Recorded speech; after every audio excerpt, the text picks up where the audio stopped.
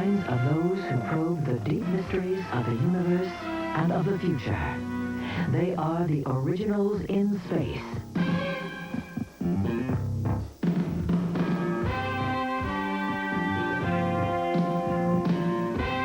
These specially commissioned television portraits are presented by Moses Znaimer.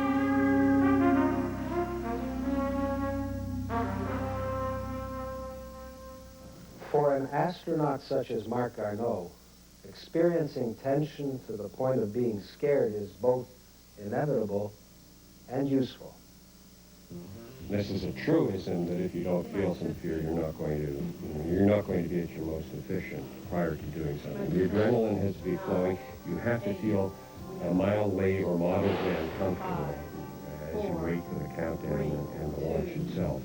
If you are not, then you're not thinking about what lies ahead. And what lies ahead is the fact that you're going to try to disengage yourself from Earth, beat gravity, unleash millions of pounds of thrust, and get yourself into space. Well, if that doesn't scare everybody, then these people are missing some faculties.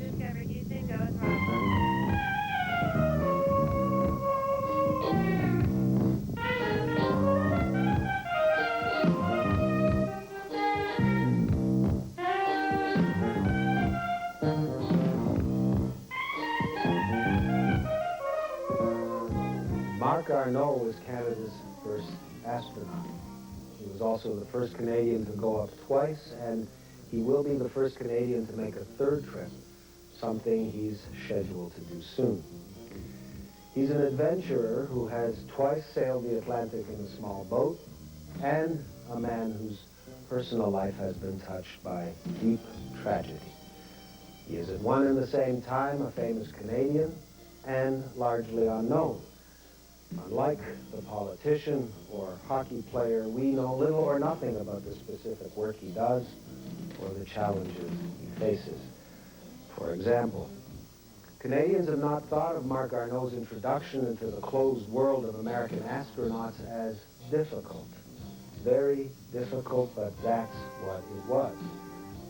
Here, for the first time, he discusses how space has deepened and changed his view of the world and his sense of himself.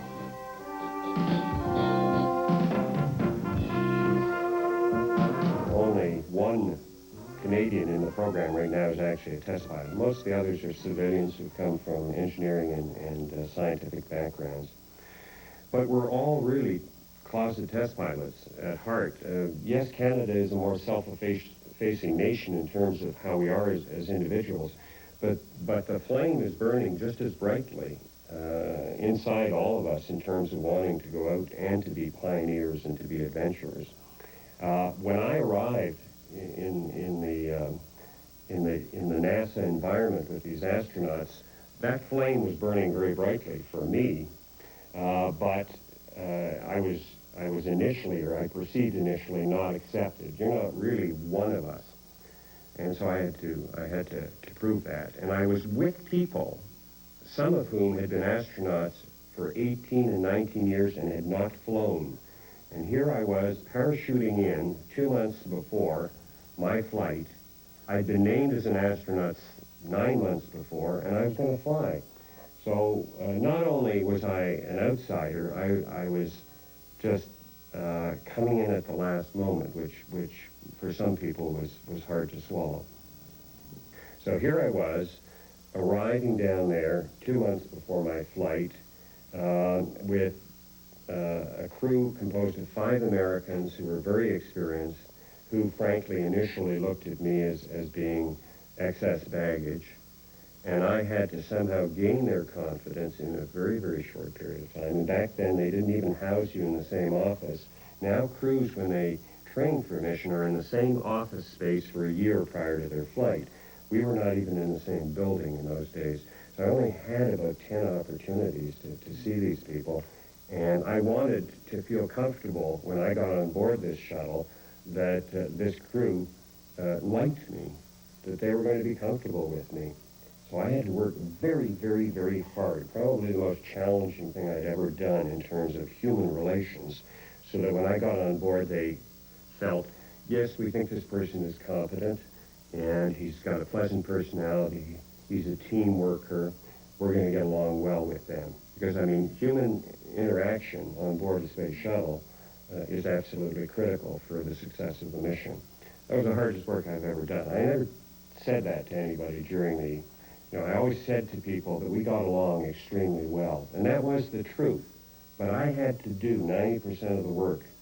They were more in receive mode, and I was the one who was having to do all the legwork to gain their respect prior to actually going up there and having the flight. Now, once you start the flight, the dynamics change, and you really do tend to come together as a team. And I felt when I landed in that shuttle 8 days later, I really felt that we were a strong team, and I have lasting friendships with the people that I flew with. But I had to travel a very, very steep curve to get there. 2 months was precious little time for me to integrate with a crew with whom I would be spending 8 days in a very, very cramped vehicle up in space. And I said so after my flight. I said, 2 months was plenty for me to learn the technical side, but it was an incredible challenge for me to learn how my other crew members ticked, and for them to accept me, and for me to feel comfortable with them before getting on board something that had about as much space as a medium-sized bathroom and spending 8 days with them.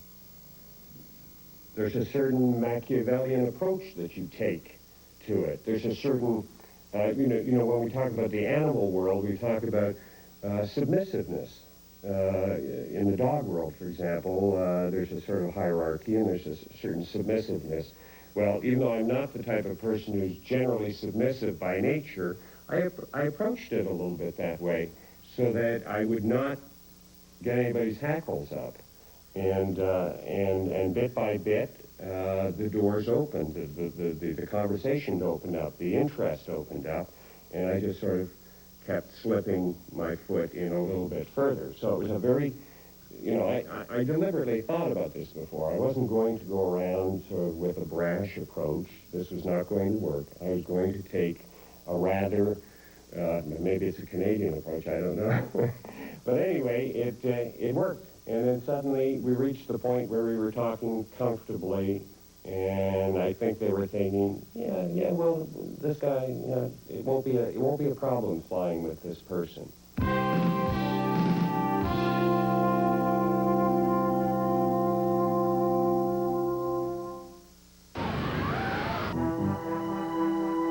all understand now. You're frozen. You were frozen, and the world has been destroyed. How long were we down there? 14 years. Everybody's dead, and there aren't any rules anymore.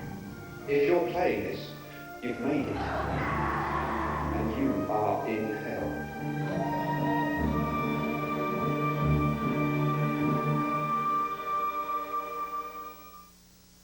On video to own for the first time. I'll see you on the beach.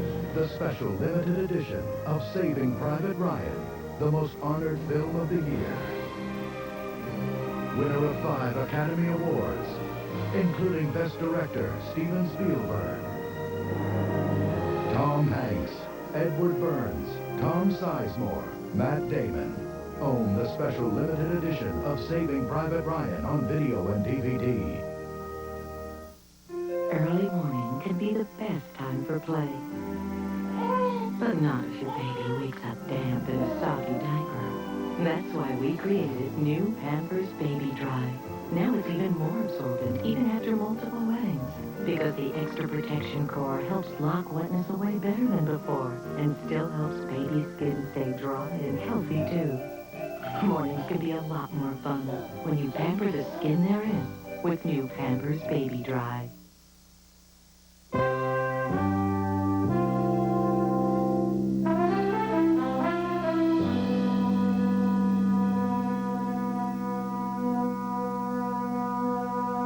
When I flew the second time, I had this vivid image of the Challenger blowing up. And just in case I forgot about it, usually once a year at the anniversary, it would all be brought up on the news, and it would come back to you. There's no doubt about it. That changes the way you look at space flight. But ultimately, I fly in space. I still fly in space because I believe that it's a safe, relatively safe. There's a calculated risk involved, but I believe that it's safe enough for me to take that chance. I was actually monitored for my first flight for my heart rate, and they've done this on a number of flights. And it was pretty steady. My resting heartbeat when I'm lying down is in the low 50s. And that's not unusual for the astronauts. But it was in the low 80s during the 2 hours that I was sitting there. I was just lying there, but it was in the low 80s. So already I was at a higher state. And then it took a very sharp rise starting about 10 seconds prior to liftoff, which is when you hear the engines begin to roar, and it went up to about 130. And then it came down very quickly to 80 again during the course of the 8 minutes of the flight. The expression, there's no place for fear amongst astronauts, I would correct by saying that there's no place for muddled thinking. We do feel fear, but we have to think clearly through that fear. That's the biggest challenge. There's something about going into space that returns you to a state of childhood. Part of it is the whimsical aspect of floating.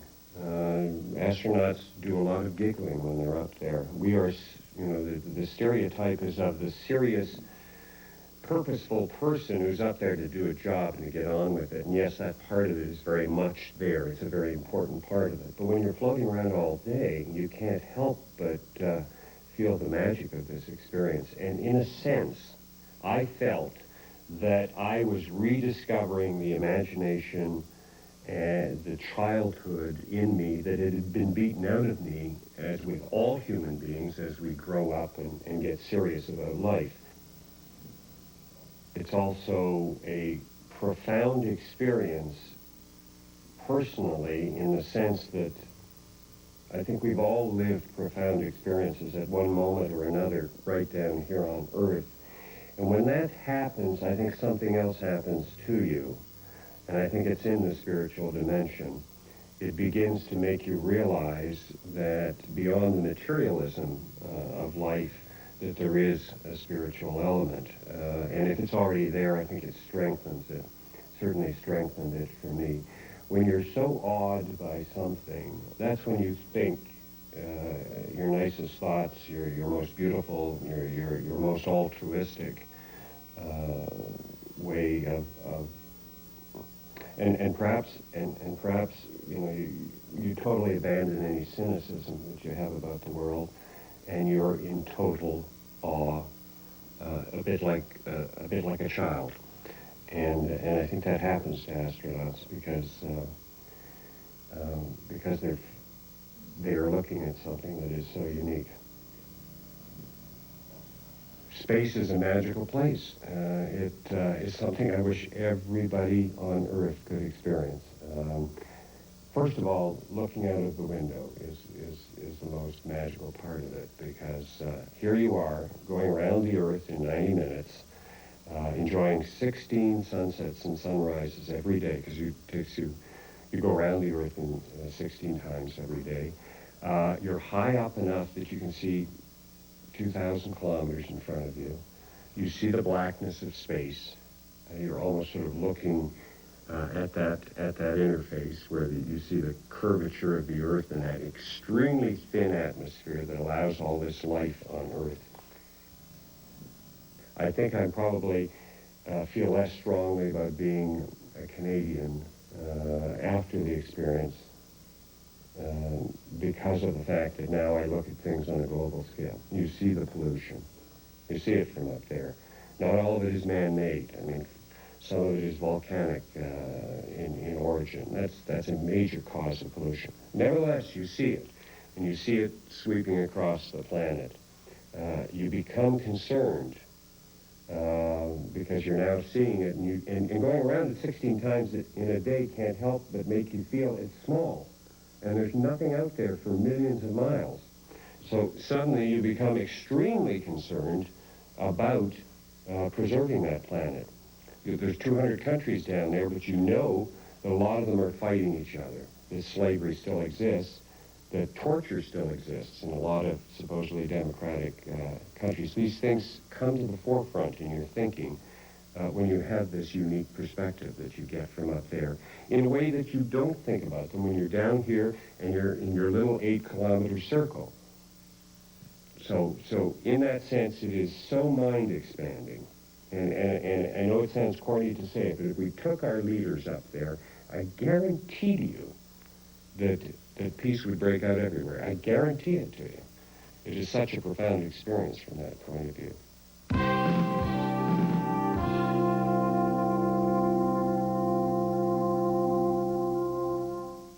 like to just let what I believe history will record that America's challenge of today has forged man's destiny of tomorrow. Hey, you want to see the best action of the NHL last year? It's on docu-series 11. You want hits? You want goals? And if you love hockey, get it. And if you don't love hockey, get lost. When did life get so complicated? Don't you think it's time your world got just a little bit easier? Sure. Like letting me call when I want. Yeah. What's best for me? There must be thousands of ways we can talk to each other, but at Sprint Canada, we believe the best way is the easiest. Now it's easier than ever to call in your province, anytime, with unlimited province-wide calling for $20 a month or less, and no more waiting for evenings and weekends. That is easy. We don't have to wait anymore. I can call right now. What are you waiting for? Now Sprint Canada offers unlimited calling in Canada, too, 24 hours a day. For details, call 1-877-950-EASY. This is where easy comes to life.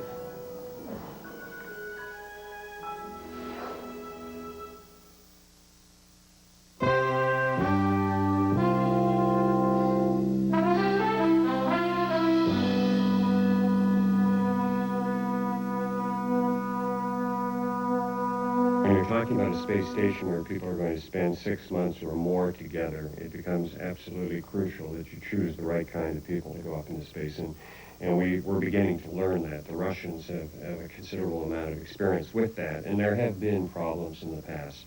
What is the right chemistry between different people? And now they're building the International Space Station where we have Russians, Americans, Canadians, Europeans, Japanese, people working together, and hopefully that's going to increase in terms of other nations participating with their own cultural backgrounds. How do you work together, and how do you handle potential frictions and situations where people are not working together very well?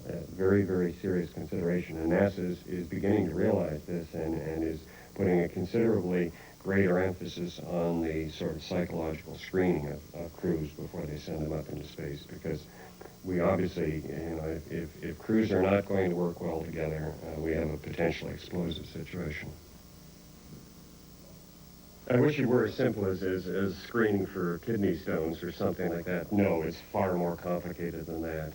For one thing, people can, if they really want to go up into space, to some extent can manipulate the psychologist and psychiatrist. I don't personally believe that a psychologist or psychiatrist can see through all aspects of a person who is behaving in order to get around that psychologist. If he suspects that he's being led in a particular direction, I think you can manipulate a psychologist or a psychiatrist, although they would disagree. So there are people who can slip through. What is critical is that these people, if they don't work as a team in potentially life-threatening situations, then life is threatened. Because you can't fully screen them in the time that they're down on Earth, there's always going to be the possibility that you're not going to be able to anticipate that a small event is going to have a profound mood change effect on somebody, and suddenly they're going to withdraw, or they're going to become aggressive towards another crew member because of, again, probably a small thing. This kind of thing has occurred on the Russian flights, and they put a great deal of emphasis on trying to choose suitable personalities to work together. But they, on occasion, have not come up with the right chemistry. So it's going to be a continuous challenge. There's no way to make sure that you've got a perfect crew. People have this perception that the greatest fear of an astronaut when they're on the launch pad is of the shuttle blowing up. Well, yes, that's part of it. But the biggest fear of an astronaut is screwing up, because there are hundreds of millions of dollars involved. There are thousands of people, many of whom have dedicated years of their life to an experiment that you're going to perform, and you have only one chance to do it properly. The expectation, and it's a very visible thing, the expectations are really very, very high. And if you screw up, that is an enormous burden to have to carry with you. And when that does happen, and it does happen on occasion, it's a very difficult thing personally. And what it usually results in is the person feeling depressed or withdrawing. And it doesn't happen very often, but that's something we have to be prepared to handle, especially when people go out for months. I think there's three types of astronauts. There are astronauts who say, I don't want to go on anything more than a shuttle mission because I don't think I have the suitable personality, and that's fine. And there are other people who say, I'd love to go up there for 6 months or even a year or go to Mars. And they have the kind of personality that can deal very, very well with isolation. And then you have the third kind, and this is the kind you have to be careful of, who really has some doubts about whether they would be comfortable going up for a long time, but they want to do it to prove it to themselves, and that's where you have to be careful.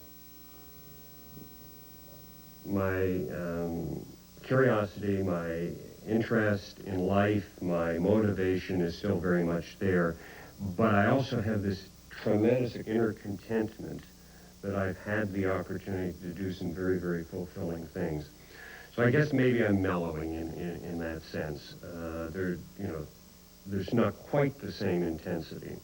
I've always regarded, and particularly after my wife killed herself, I've always regarded my greatest accomplishment in life is my family and my children. I mean, if that part doesn't work out, it doesn't matter with the rest. Because of this perspective that I've had from space, I am more concerned about the issues that affect our entire planet. Therefore, and I said this after I flew the first time, the problems that were on my mind before I flew the first time, when I was earthbound, seemed trivial to me by comparison with the issues that I was now concerned about. That doesn't mean that you don't return to your little 8 kilometers. You're going to do that anyway, because you can't live your life isolated from the rest of your fellow man. But when you do start to think about the world, or about the problems that affect us, it seems to me, for example, let me give you an example of what's going on between Quebec and the rest of Canada. To me, I mean, that is a huge waste of energy on the part of people who just don't realize how fortunate they are. On the scale of trivial in terms of its importance, while some of them rank it up there at 9 or 10, I rank it down there in the fractions of a degree. You know, you do tend to prioritize what the problems are in this world, and that is not a problem.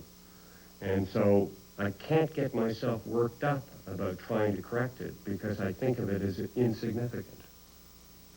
It's stupid. It's, you know, I was born in Quebec. My father's family has been here for, I'm 11th generation. But, you know, why are these people making such a big deal about something that's not important? So maybe I don't have the patience to be a politician in that sense, because that is not a big issue on my list of priorities.